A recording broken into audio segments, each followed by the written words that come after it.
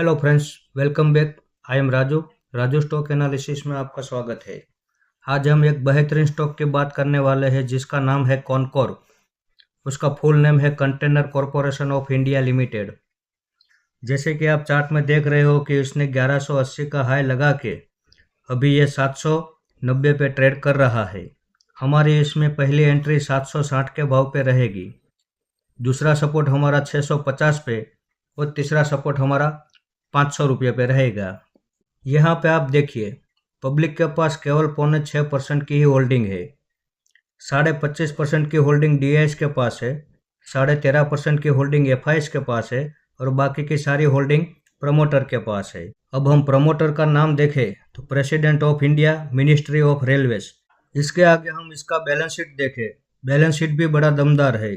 915 रुपये का कर्ज है इस कंपनी पे, उसके सामने 11,870 करोड़ का तो रिजर्व है, यानी कि ये कर्ज भी नहीं के बराबर है। इसके आगे हम देखें तो नेट प्रॉफिट भी देखो बड़ा ज़बरदस्त है। ईयर ऑन ईयर इनका प्रॉफिट अच्छा खासा आ रहा है। साथ में ये कंपनी हमें डिविडेंड भी देती है। क्वार्टर इन क्वार्टर भी इनका प्रॉफिट अच्छा खासा आ रहा है। सबसे बड़ी बात यह है कि ये लॉजिस्टिक सेक्टर की कंपनी तो है, लेकिन मार्केट कैप में सबसे बड़ी है, नंबर 1 है। सबसे पहले इसका ही नाम आता है। पूरे सेक्टर में सबसे बड़ी कंपनी है। यूं ही मैं इसकी तारीफ नहीं करता। अब जैसे आपने देख लिया कि फंडामेंटल तो बड़े स्ट्रॉन्ग है, बड़े दमदार है, हर एंगल में मजबूत है। साथ में चार्ट की पैटर्न में भी बड़ा ज़बरदस्त है। कैसे, यहाँ से आप देख लीजिए।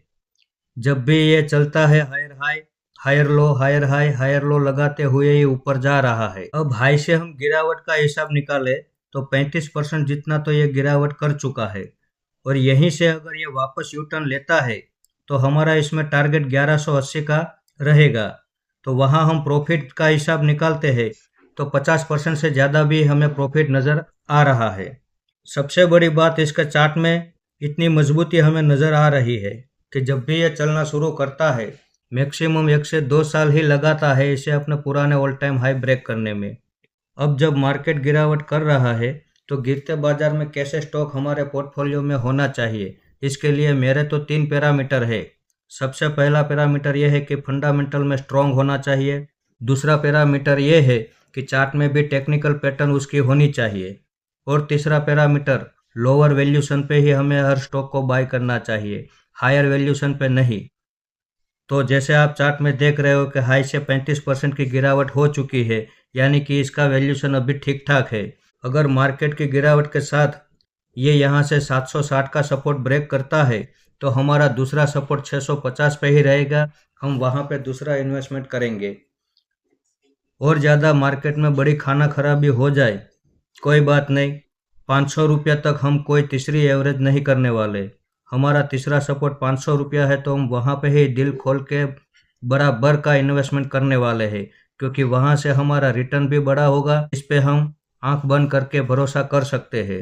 इसे आप मेरी बाइंग या सेलिंग की रिकमेंडेशन ना समझे, ये मेरा पर्सनल व्यू है जो मैं आपके सामने शेयर कर रहा हूँ। ऐसे ही अच्छे अच्छे टेक्निकल और फंडामेंटल वाले स्टॉक मैं आपके सामने लाता रहूँगा। आपने यहाँ तक मेरा वीडियो देखा, इसके लिए आपका बहुत बहुत धन्यवाद।